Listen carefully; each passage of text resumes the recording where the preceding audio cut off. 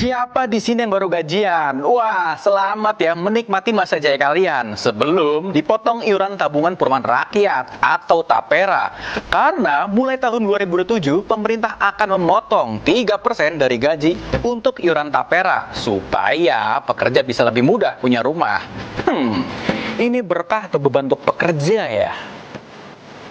Dalam peraturan pemerintah nomor 21 tahun 2004 tentang TAPERA, semua pekerja di samping wajib jadi peserta TAPERA. Kriteria lainnya adalah berusia minimal 20 tahun dan berpenghasilan di atas upah minimum, termasuk pekerja mandiri seperti freelancer. Bahkan, ada kemungkinan pekerja di sektor informal seperti pengemudi ojek online yang penghasilan tak menentu juga akan dikenakan TAPERA. Sekarang mari kita simulasikan potongannya. Jika pekerja dengan gaji 6 juta jadi peserta TAPERA, maka 3% dari gajinya adalah 180.000. Dari jumlah itu, perusahaan membayar 30.000 dan pekerja menanggung 150.000. Sepertinya kecil ya, tapi perlu diingat, gaji pekerja juga ada potongan lainnya seperti pajak penghasilan, BPJS Kesehatan, hingga BPJS Ketenagakerjaan. Belum lagi ada kebutuhan bulanan. Gimana masyarakat ngemakin kencengin ke pinggang coba? Seperti biasa, ini pertanyaan saya. Pertama, apakah potongan 3% gaji tiap bulan sebanding dengan manfaat yang diterima pekerja? Lalu, bagaimana nasib pekerja informal kalau penghasilan dipotong TAPERA? Dan bagaimana cara pemerintah menjamin dana TAPERA dikelola transparan serta bebas korupsi? Saya Marsha Pungki dan juru kamera Aku Kurniawan untuk Business Talk.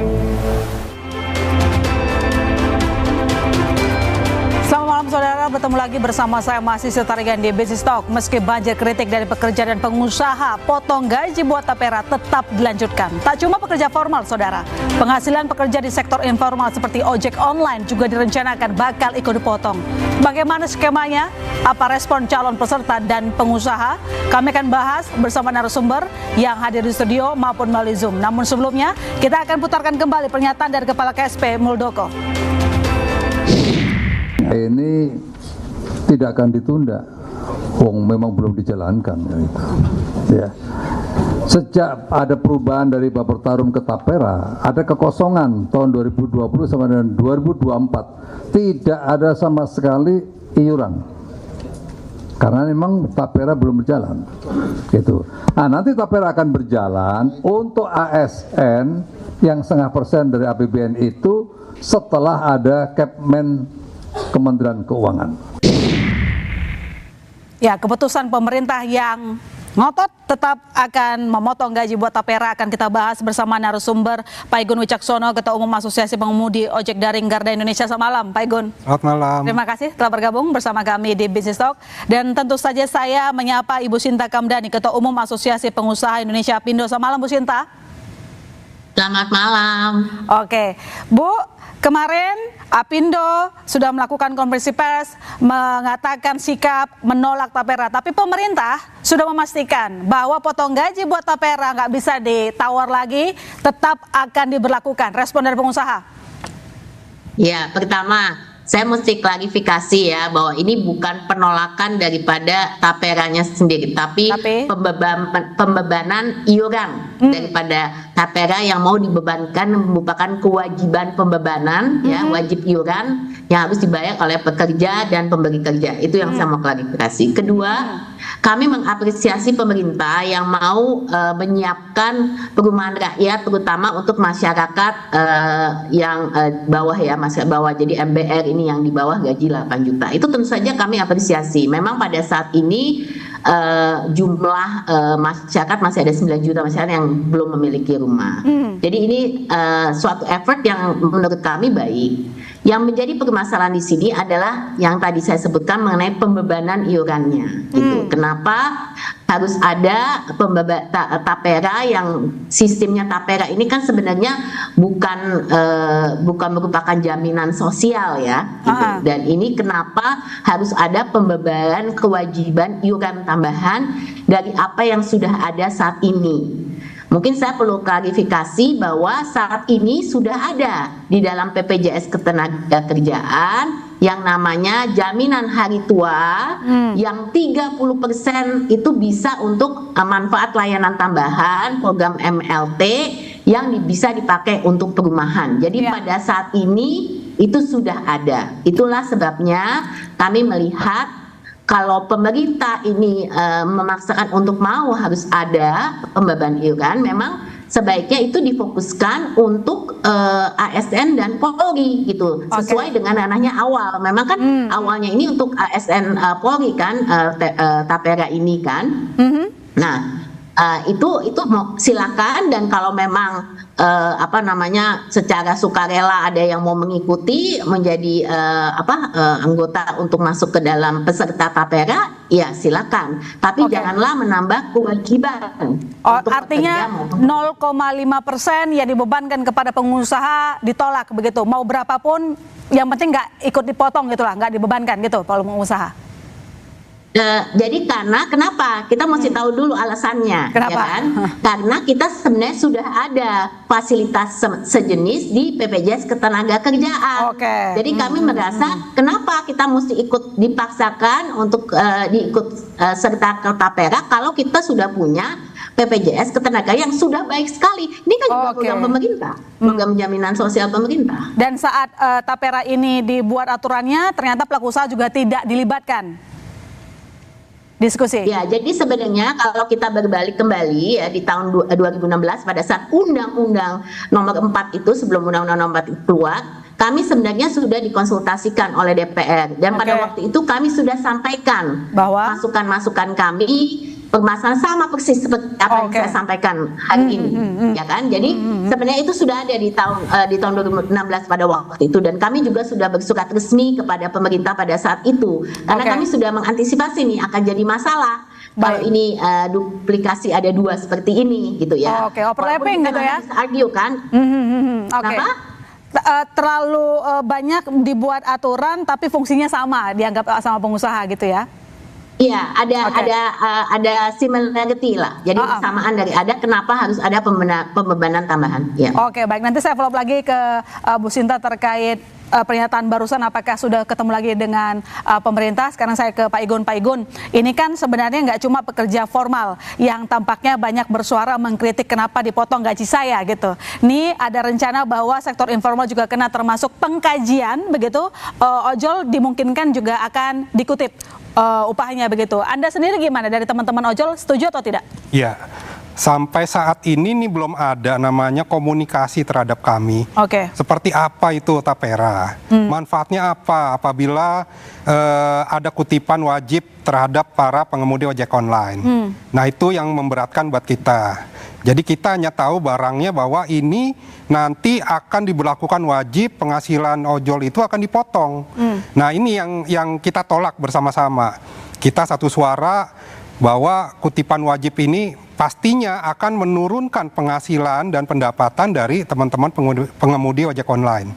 Dan kita keberatan mengenai hal ini. Kita sepakat mungkin dengan rekan-rekan pekerja lain juga pastinya akan keberatan. Apalagi kami nih yang penghasilannya tidak menentu ya. Pasca COVID, lalu kita juga di jalanan pasca kemarin berkurangi subsidi BBM, penghasilan kita tuh makin menurun. Akan dikutip lagi secara wajib untuk Tapera ini sudah sangat memberatkan buat teman-teman pengemudi ojek online. Pak Igun katanya pernah ya di tahun 2023 sebenarnya sudah agak di-spill begitu terkait dengan mengajak kolaborasi Tapera.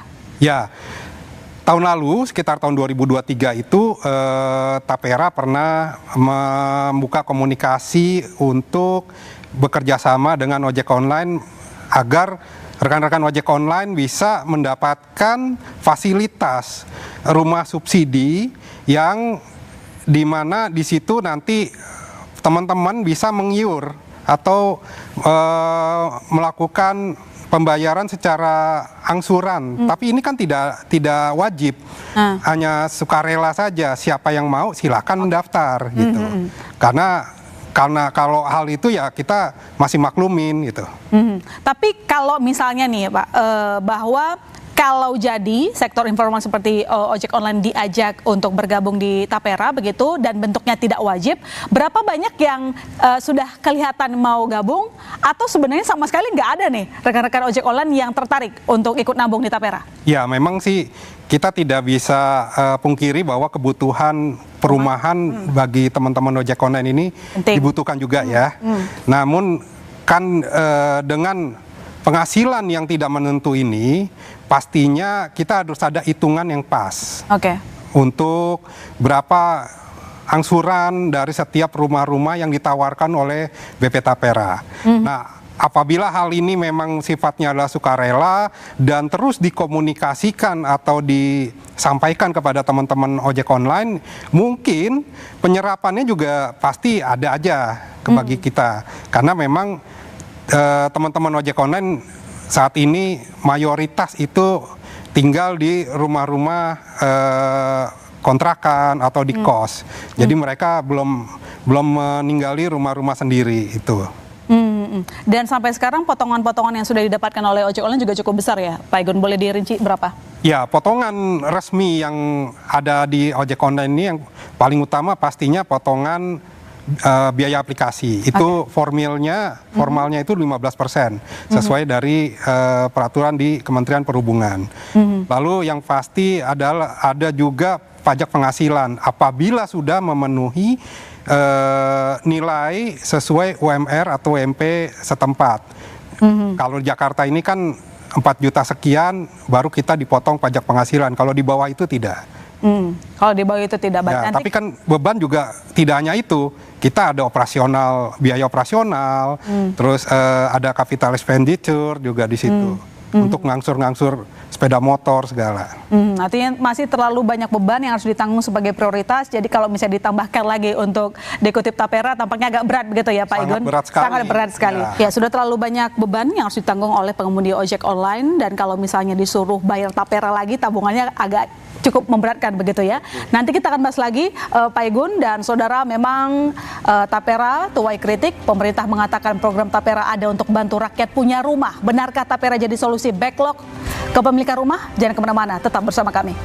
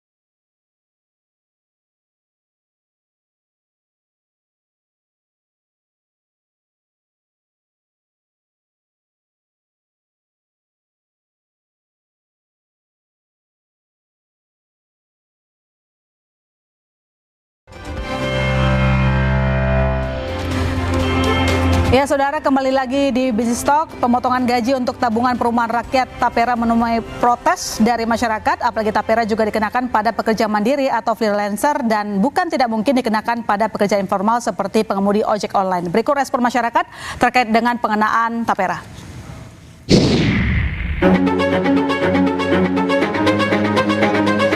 Kalau menurut aku nggak setuju ya, karena apa? Pekerjaanku kan sebagai freelancer nih, apalagi kan dipotong-potong gitu ya.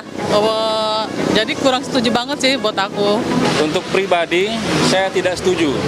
Satu sisi banyak yang memang kalau seandainya diwajibkan, kembali lagi ke hak pemerintah. Kalau memang pemerintah punya sesuatu yang diinginkan, harusnya dari pemerintah, bukan dibebankan kepada masyarakat atau pegawai. Satu sisi kajiannya juga belum jelas. Ya, kalau masalah Tapera nih harusnya minta bijak, harus musyawarah lagi. Karena sudah nonton TV banyak nolak. Kan udah banyak masalah kan, potongan ini, potongan BPJS dipotong, ini dipotong ya kan, itu harus dimusyawarahkan kembali. Ya, itu dia tadi keresahan dari masyarakat terkait dengan program Tapera, dan di segmen ini telah bergabung dengan kita Mbak Mika. Selamat malam Mbak, terima kasih telah bergabung bersama kami. Selamat malam. Ini Mbak Mika kita undang berkaitan dengan bagaimana mengelola keuangan untuk kelas menengah. Udah terlalu banyak potongan, masih bisa nabung nggak tuh gitu.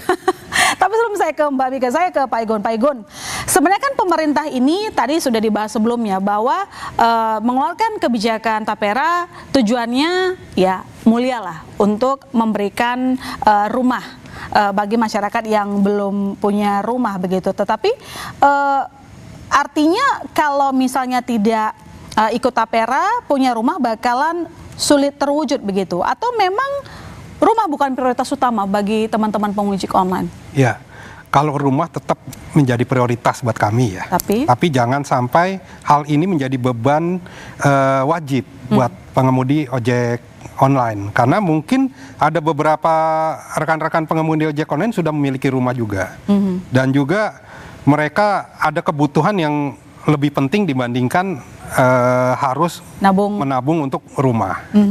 Jadi ya kita minta bahwa hal ini jangan dijadikan sebagai iuran wajib atau potongan wajib dari penghasilan kami gitu. Kita berharap pemerintah membuka, ada transparansi dari pihak pemerintah seperti apa ini Tapera ini. Kami nggak menolak Taperanya, tapi yang kami tolak adalah potongan wajibnya terhadap rekan-rekan pengemudi ojek online. Kalau pemerintah transparan, apa manfaatnya baik bagi kami maupun yang lainnya, Tapera ini, potongan Tapera ini ya mungkin bisa saja diterima, bisa juga tidak gitu. Hal ini kan cuman ada statement bahwa nanti akan dipotong wajib tahun 2027. Nah ini yang menjadi hal yang akhirnya menimbulkan konflik juga nantinya. Oke, baik, saya ke Bu Sinta. Bu Sinta, kan pemerintah berulang kali mengatakan dan tampaknya mengandalkan Tapera sebagai atasi backlog kepemilikan rumah. Nah, kalau dari kacamata pengusaha begitu, seperti pengembang, developer properti, memangnya apakah ada solusi lain memenuhi kebutuhan rumah untuk masyarakat yang belum punya rumah? Ya. Jadi memang kalau kami melihat ini kan negara harus hadir ya, makanya kan sebenarnya ada program FLPP ya, jadi fasilitas likuiditas untuk pembiayaan perumahan.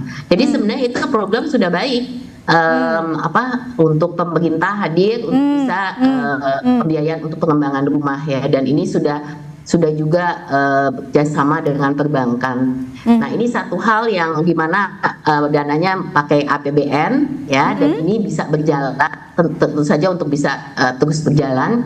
Nah kami melihat kalau Tapera khususnya ini kan targetnya ini semua MBR ya, jadi masyarakat berpenghasilan rendah di bawah 8 juta. Berarti kalau semua ini merupakan suatu kewajiban, semua yang di atas 8 juta itu kan tidak bisa menerima manfaat dari Tapera ini. Jadi dia cuma nabung untuk dapat nanti bisa dapat kembali uangnya plus bunga pada saat dia pensiun gitu. Jadi ini mesti clear. Makanya kami tetap mengusulkan kepada pemerintah untuk mengoptimalisasikan dan memperbaiki yang sudah ada.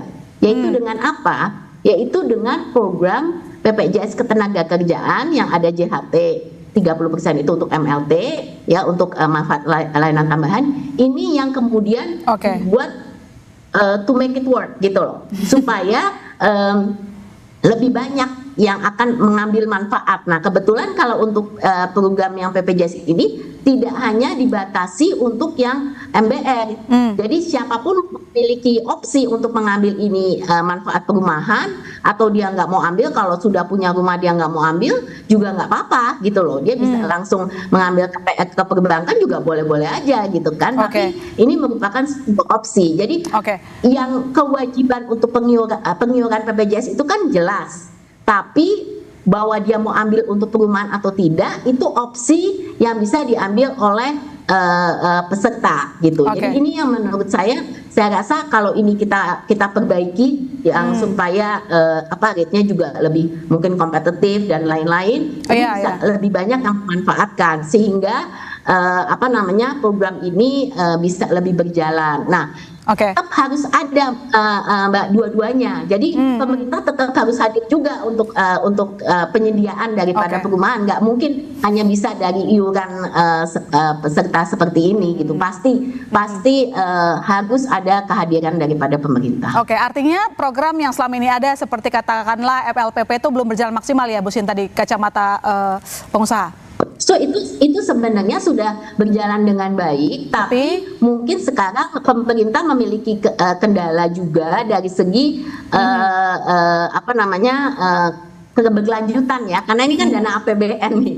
Pemerintah harus terus masukin dana gitu kan untuk ini FLPP ini gitu. Kalau untuk tapera masalahnya pemerintah ini mungkin dari segi jumlah volume gitu, karena kepesertaan ASN Polri-nya ini kan terbatas gitu. Makanya kenapa pemerintah tuh mau mengembangkan di situ, padahal kita di swasta kan udah ada BPJS Ketenagakerjaan. Iya, sudah ada beberapa program yang sebenarnya mendukung kehadiran negara untuk memberikan hunian kepada masyarakat. Tetapi sekali lagi ini kalau kita dengarkan lagi pernyataan Komisioner BP Tapera Heru Pudionugroho menyatakan cicilan kredit kepemilikan rumah atau KPR Tapera lebih murah dari KPR komersial. Bahkan perbedaannya mencapai Rp1 juta per bulan. Berikut pernyataannya. Terdapat selisih angsuran sebesar sekitar 1 juta per bulan ya, jika mengambil satuan rumah ya susun ya dengan asumsi harga 300 juta. Ya, ini kita ilustrasinya, kalau ya memakai KPR komersial angsurannya kurang lebih 3,1 juta per bulan ya, dengan asumsi bunga 11% ya. Nah, kalau KPR Tapera itu hanya 2,1 juta per bulan. Nah, untuk merespon yang disampaikan oleh Komisioner Tapera tadi, kita akan tanya ke Mbak Mike Rini Sutikno, Financial Planner Mitra Rencana Edukasi. Mbak, benarkah demikian kalau misalnya KPR Tapera bisa lebih hemat dibandingkan dengan KPR komersil gitu? Janjinya begitu. Janjinya gitu. Kalau kita baca di websitenya tapera.co.id ya kan, jadi ada yang namanya subsidi bunga, kalau nggak salah itu 5%, tapi untuk masyarakat berpendapatan rendah yang akan memanfaatkan KPR subsidi ini jika dia mengikuti program Tapera ya, di mana program Tapera memang istilahnya gotong royong lah. Namun saya memahami keberatan kebanyakan kita semua lah ya, termasuk saya juga gitu. Yang pertama itu memang agak seperti tumpang tindih begitu. Jadi perlu dipandang seperti ini. Ada kalau dalam perencanaan keuangan itu namanya biaya peluang, kehilangan peluang gitu ya. Maksudnya di sini bagi masyarakat berpendapatan rendah, ketika pendapatannya dia dipotong, yang tadinya untuk menghidupi untuk biaya hidupnya ya, itu akhirnya harus masuk ke Tapera, sehingga dia kehilangan peluang untuk bisa memaintain living cost-nya lah, memaintain dia punya pengeluaran biaya hidupnya. Nah, di satu sisi masyarakat yang tidak tergolong MBR yang penghasilannya di atas 8 juta dipotong 3%, berarti dia kehilangan peluang untuk mungkin saja dia mau menginvestasikan di tempat lain yang bisa jadi keuntungannya lebih tinggi barangkali, atau dia mau menggunakan untuk apapun, itu kan terserah individu masing-masing. Nah, ketidakjelasan atau begini, kehilangan peluang itulah yang harusnya, yang mungkin harus dipikirkan bersama, sehingga bagi masyarakat berpendapatan rendah kehilangan semakin berkurangnya kemampuan untuk memaintain biaya hidup hariannya, itu harus jelas manfaat si taperanya itu seperti misalnya beli rumahnya di mana, rumahnya harga berapa, kapan, terus usianya, kalau saya usianya sudah mau menjelang pensiun apa masih bisa dapat ya. Kemudian juga bagi yang masyarakat yang bukan golongan MBR ya, kalau saya mendapatkan harus wajib ikut tapera dan saya tidak bisa memanfaatkan fasilitas KPR-nya dan hanya misalnya diberikan potensi keuntungan misalnya tidak lebih misalnya kurang lebih seperti deposito, itu jadi kurang menarik. Nah itu yang mungkin menjadi pekerjaan rumah utamanya dari pemerintah. Apakah selain itu juga mungkin akan lebih menarik kalau misalnya opsinya nggak dipukul rata begitu setorannya, karena kan penghasilan orang beda-beda toh. Itu betul, ide bagus ya. Jadi memang satu masalah mengenai kesukarelaannya ya. Kedua juga jadi kalau diwajibkan agak keberatan, mungkin bisa diganti dilihat terlebih dahulu siapa yang akan menerima gitu.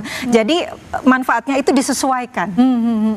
Manfaatnya harus disesuaikan. Intinya harus diperdalam lagi ya sebelum membuat kebijakan. Lihat dulu risetnya dibanyakin, mungkin itu kata Mbak Mika. Saya ke Pak Igun. Pak Igun, kalau kami begitu ya melihat pernyataan Anda dari awal, tampaknya sebenarnya meski Anda mengatakan tidak menolak tapera, tetapi saya lihat lebih condong menolaknya sih sebenarnya begitu. Jadi sebenarnya harapan dari rekan-rekan ojol begitu apa sebenarnya? Karena biar bagaimanapun seperti yang Anda sebutkan tadi, semua orang pengen punya rumah ya, begitu Mbak Mika, termasuk juga rekan-rekan ojol. Tapi ada juga yang sudah punya. Artinya harusnya uang yang mau ditabung untuk tapera mereka bisa gunakan untuk yang lain, katakanlah demikian. Jadi harapan dari rekan ojol apa sekarang? Mau diajak ngobrol sama pemerintah sosialisasi atau sebenarnya ingin menyampaikan keberatan aja deh gitu?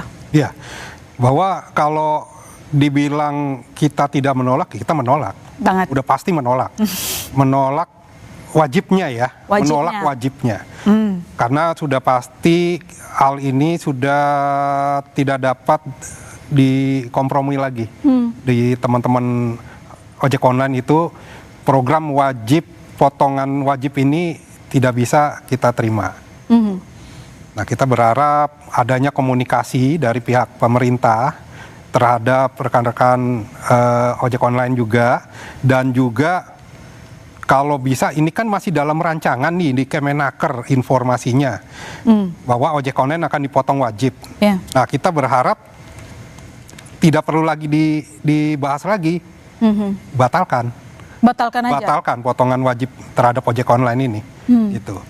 Kita sudah apapun 100%, skemanya atau mungkin diubah besaran iurannya pun tetap nggak mau. Ya, kita tolak hal ini.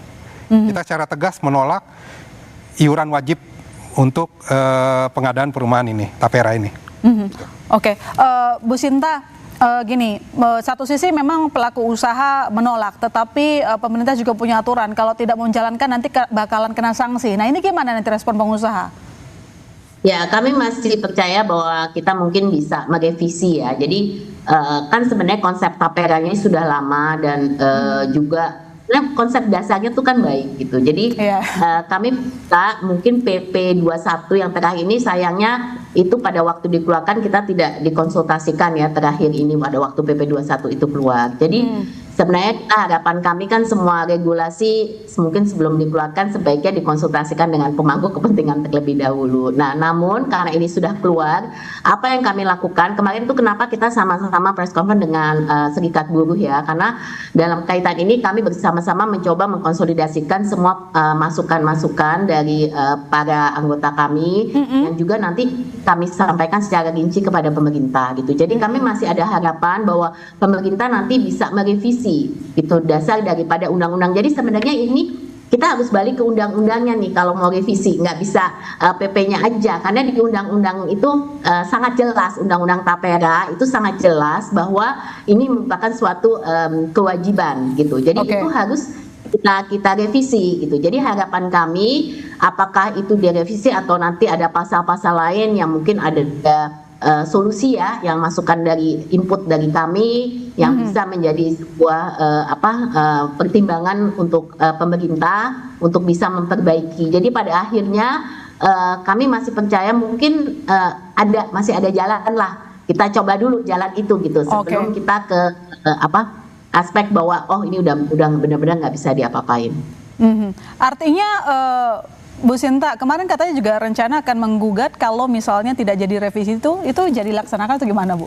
Iya, jadi makanya kami mesti kasih kesempatan dulu dong, kita memberikan masukan kepada pemerintah kembali, kemudian nanti pemerintah tanggapannya seperti apa. Jadi kita nggak mau langsung, pokoknya kita akan langsung judicial review. Kita harus mencoba dulu dengan aspek advokasi pendekatan seperti ini. Nah, kalau memang nanti semua memang tidak ada jalan lain, ya tentunya itu bisa saja menjadi satu alternatif untuk masuk ke judicial review. Oke, baik. Saya ke Pak Igun. Pak Igun, pertanyaan terakhir untuk Anda. Karena tadi dikatakan bahwa tegas menolak, tidak perlu dipertimbangkan, tidak perlu mau direvisi angkanya pun tampaknya teman-teman penguji ojek online tidak mau ikut begitu kalau diwajibkan. Nah, jadi artinya kalau dari pengemudi ojek online apa sih yang paling dibutuhkan, yang harus diperhatikan oleh negara terhadap kesejahteraan teman-teman ojol? Ya, kan sekarang juga sudah ada namanya BPJS ya, BPJS Tenaga Kerja. Memang rekan-rekan ini butuh sebuah jaminan sosial dari negara maupun dari pemerintah. Dan juga ada satu hal yang paling penting, bahwa ojek online ini belum ada legal standingnya hingga detik ini. Jadi kami ini berprofesi di luar jalur hukum yang ada. Nah, kita berharap bahwa ke depannya baik pemerintah maupun negara itu membuatkan legal standing dulu buat ojek online, baru silahkan membuat program-program untuk ojek online. Itu kita nggak ada legal standing tapi dipaksakan untuk mengikuti aturan-aturan dari pemerintah maupun negara. Jadi Anda merasa pemerintah tidak begitu memperhatikan kesejahteraan pengemudi ojek online hingga sekarang? Betul, seperti itu. Oke, baik. Terima kasih Pak Igun Wicaksono, Ketua Umum Asosiasi Pengemudi Ojek Daring Garda Indonesia telah bergabung berdiskusi kepada kami. Kita akan tunggu respon pemerintah keputusan berikutnya, apakah masih akan tetap kekeh untuk memperlakukan potongan tapera baik formal dan katanya mengkaji informal seperti ojek online. Terima kasih sekali lagi Pak Igun telah bergabung bersama kami di Business Talk. Dan saudara, kalau memang sebagian pendapatan disetor buat tapera, apakah ini justru bakal menekan kelas menengah yang selama ini jadi penopang perekonomian nasional? Tetap bersama kami di Business Talk.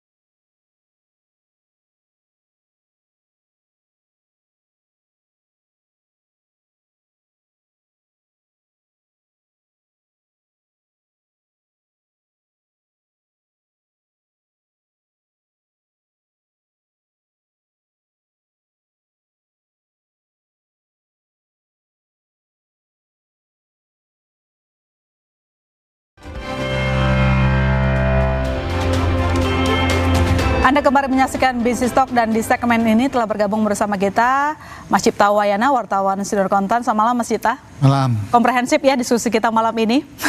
Tapi sebelum kita melanjutkan diskusi kita, Presiden Joko Widodo menyebut protes masyarakat terhadap kebijakan Tapera adalah hal yang biasa terjadi saat sebuah kebijakan baru diluncurkan. Presiden yakin saudara masyarakat akan merasakan manfaatnya jika program sudah berjalan.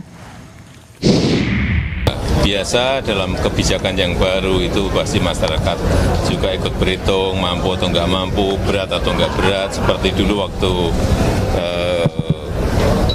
BPJS di luar yang BPI yang gratis 96 juta kan juga rame, tapi setelah berjalan kan saya kira merasakan manfaatnya bahwa rumah sakit tidak dipungut biaya, hal seperti itu yang akan dirasakan setelah berjalan. Kalau belum biasanya pro dan kontra. Ya, itu sekali lagi mengingatkan kita pernyataan dari Presiden Joko Widodo bahwa Tapera ini punya manfaat untuk semua orang, disamakan seperti BPJS Kesehatan. Jadi pertanyaan yang agak rawan saya kasih ke Mas Cipta. Mas Cipta, ini pengusaha kan tolak ya, pekerja formal nolak, pekerja informal nolak. Terus sebenarnya Tapera ini buat siapa sih untungin? Ya, ini pertanyaan menarik nih. Gini, pemerintah ini kan punya target-target ya. Mungkin ya ini salah satu sarana untuk mencapai targetnya mereka. Misalnya salah satunya yang disebut adalah backlog 9,9 juta. Yeah. Lalu pemerintahan baru ini kan juga punya target menyediakan rumah itu 3 juta ya. 3 juta rumah itu yang disebut-sebut. Jadi kalau Pak Jokowi dulu programnya 1 juta rumah, ini 3 juta, 3 kali lipat. Jadi kurang lebih per periode kalau 5 tahun berarti kurang lebih berapa? 600.000. Padahal realnya sekarang ini baru bisa dengan FLPP itu baru 200.000 begitu ya. Nah ini kalau menjawab pertanyaan tadi, kalau ini demi program pemerintah juga menjadi pertanyaan juga, karena misalnya kita bicara backlog ya. Backlog 9,9 juta itu 60%-nya itu adalah rumah tangga yang bekerja di sektor informal. Nah masalahnya rumah tangga di sektor informal itu kalau kita lihat survei dari BPS, hati-hati, kita kadang-kadang lihat rata-rata UMP 3,1 juta. Tapi sebenarnya kalau pekerja informal tidak sebesar itu. Jadi kalau berdasarkan Sakernas Agustus 2023 yaitu pekerja bebas pertanian itu rata-rata pendapatannya cuma 1,3 juta. Lalu yang non pertanian itu 1,9 juta. Nah, kan Undang-Undang Nomor 4 itu menyebut ya pasal 7 kalau dia minimum itu memang harus ikut wajib gitu ya. Nah kalau dilihat sini jangan-jangan nggak masuk minimum, karena minimum itu paling rendah Jawa Tengah aja itu udah 2 jutaan. Jadi jangan-jangan nggak masuk di skema wajib. Nah sebenarnya di pasal 7 berikutnya nyebut kalau dia di bawah minimum gimana? Dapat, kata-katanya dapat, berarti di sini sukarela. Nah tapi kalau masuk ke sukarela, tadi Pak Igun udah cerita, jangan-jangan kerelaan masyarakat untuk ikut juga akan minim, karena sekali lagi ini masalah cash flow, banyak pendapatan macam-macam gitu ya. Jadi jangan-jangan nggak tercapai ini lewat Tapera, karena sebagian besar yang punya masalah dengan rumah ini adalah mungkin nggak masuk di wajib. Lalu yang kedua ya kalau sukarela kecil, kalaupun sudah masuk nanti problem lagi ketika mau beli rumahnya, saat mau beli itu pertanyaannya kan cukup nggak duitnya untuk nyicil gitu ya. Kalau kita pakai hitung yang harga Jabodetabek itu kan 168 juta. Itu dengan bunga 5% itu mungkin cicilan memang 700.000. Tapi apa iya rumah di Jakarta ada 168 juta. Kalau itu dihitung sebagai batas kredit, berarti kan harus ada uang muka. Nah uang muka problem lagi gitu loh. Nah ini kita harus ingat dulu ada program 0 DP 0. Nah itu akhirnya tidak jalan, kenapa? Karena bank tidak mau menerima, karena pada akhirnya ternyata begitu masuk bank itu syaratnya nggak memenuhi, karena masyarakat itu punya tadi pengeluaran macam-macam. Nah jangan-jangan malah nggak nyambung juga gitu loh. Jadi ekosistem Tapera ini juga harus dipikirkan oleh pemerintah begitu ya, karena yang mau digandeng itu developernya juga, kemudian bank juga begitu. Mau nggak misalnya fixed rate segala macam itu kan juga harus dipertimbangkan gitu ya Mas Cipta.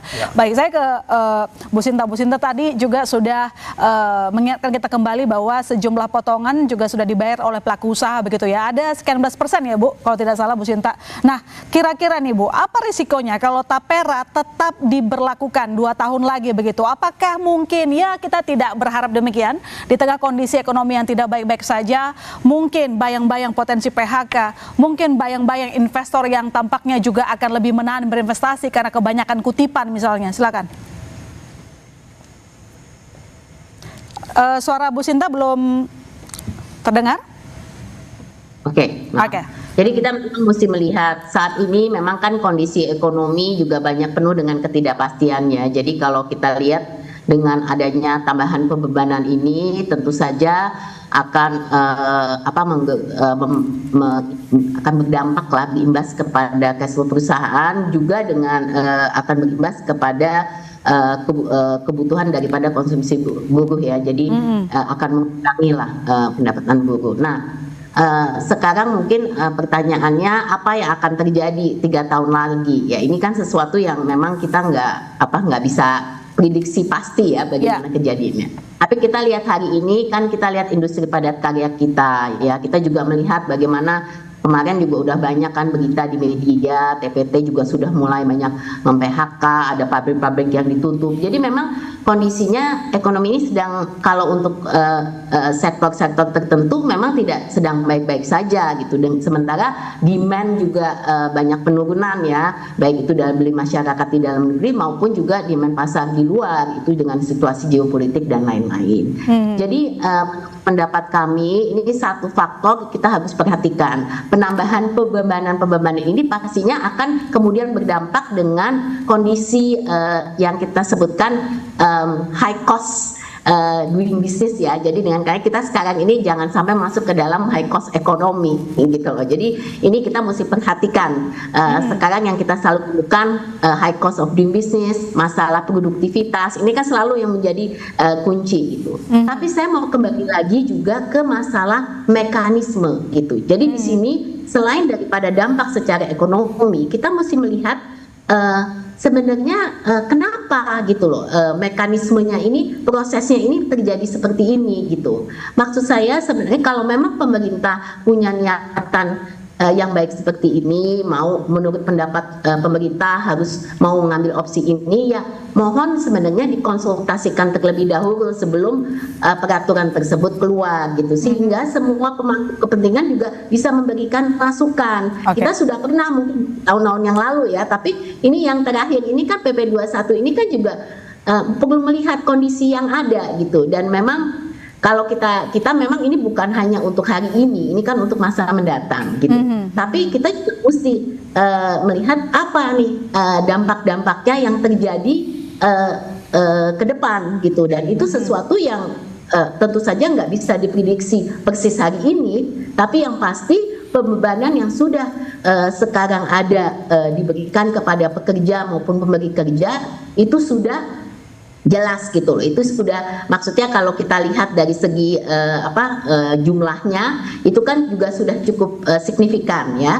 Dan juga mungkin ya satu hal lagi yang saya mau sampaikan adalah pada akhirnya bukannya kita belum ada program sejenis ini, yang saya kembali lagi mau saya highlight adalah kita melihat dulu program sejenis ini, kenapa kendalanya nggak bisa dioptimalkan, apa perbaikan yang perlu dilakukan. Jadi mungkin kadang-kadang kita tidak perlu memulai sesuatu yang baru gitu ya, untuk pembebanan kewajiban, tapi kita lihat apa yang sudah ada dan mungkin membuat satu program yang tidak perlu harus menjadi kewajiban tambahan.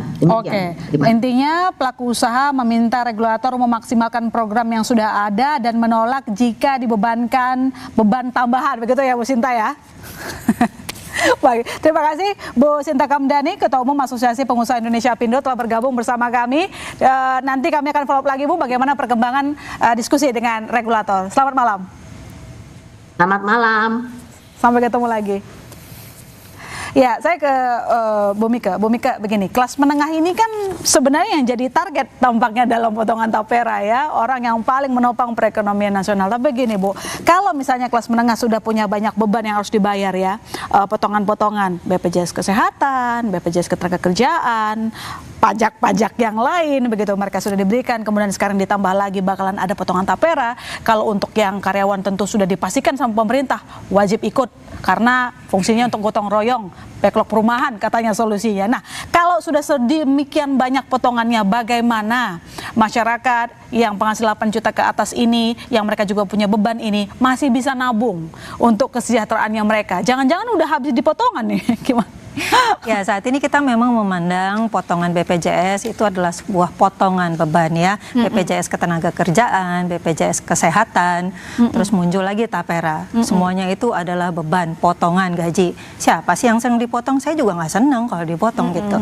Tapi sebenarnya kalau BPJS Ketenagakerjaan itu kan fungsinya satu, dia untuk persiapan dana pensiun tuh ada. Kemudian juga ternyata ada sejumlah tertentu yang bisa dicairkan jika memang dibutuhkan. Yang tadi sudah diungkapkan oleh Ibu Sinta Kamdhani ya. Nah, BPJS Kesehatan fungsinya juga berbeda ya kan gitu. Jadi itu bukan suatu apa ya suatu potongan yang tidak ada tujuannya ya. Kemudian tapera ini khusus memang untuk perumahan. Sepanjang saya melayani masyarakat, melakukan perencanaan keuangan ya. Kalau disuruh nabung, nggak ada tujuannya, itu duit itu kepake terus buat macam-macam begitu ya. Jadi kayak kurang disiplinnya tuh di situ gitu. Sehingga kalau nabung tuh harus dikasih judul, Mbak. Ya, nabung buat rumah, nabung buat haji, nabung harus dikasih judul gitu supaya itu untuk membuat kita fokus dan tidak tergoda di tengah jalan.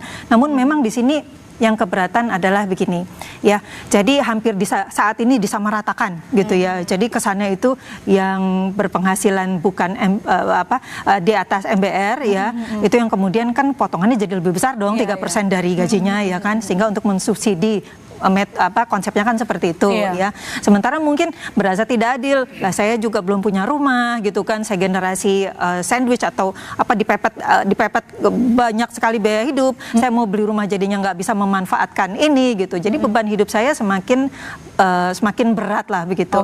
Nah, kalau begitu berarti barangkali tadi kita sudah juga sedikit bahas bahwa manfaatnya ini mungkin perlu semacam kayak bikin aplikasi, fitur-fiturnya itu perlu diperbaiki lah gitu, sehingga bagi yang masyarakat berpenghasilan bukan MBR yang belum punya rumah juga dapat memanfaatkan fasilitas KPR bunga murah misalnya ya, dan harus ada distinction atau apa perbedaan manfaat dengan BPJS Ketenagakerjaan yang sudah ada, yang dimana yang bisa dimanfaatkan untuk misalnya kalau ada butuh sesuatu. Sementara tapera ini memang khusus untuk rumah, dan kalau nggak digunakan untuk rumah, insentifnya apa untuk teman-teman yang penghasilannya di atas MBR. Yang ini jawab singkat aja Bu Mika. Artinya selama ini sebagai perencana keuangan begitu ya, rata-rata mereka yang tidak ambil kredit rumah itu lebih tepatnya sebenarnya beban mereka di mana sih? Apakah memang bunga yang berat buat mereka?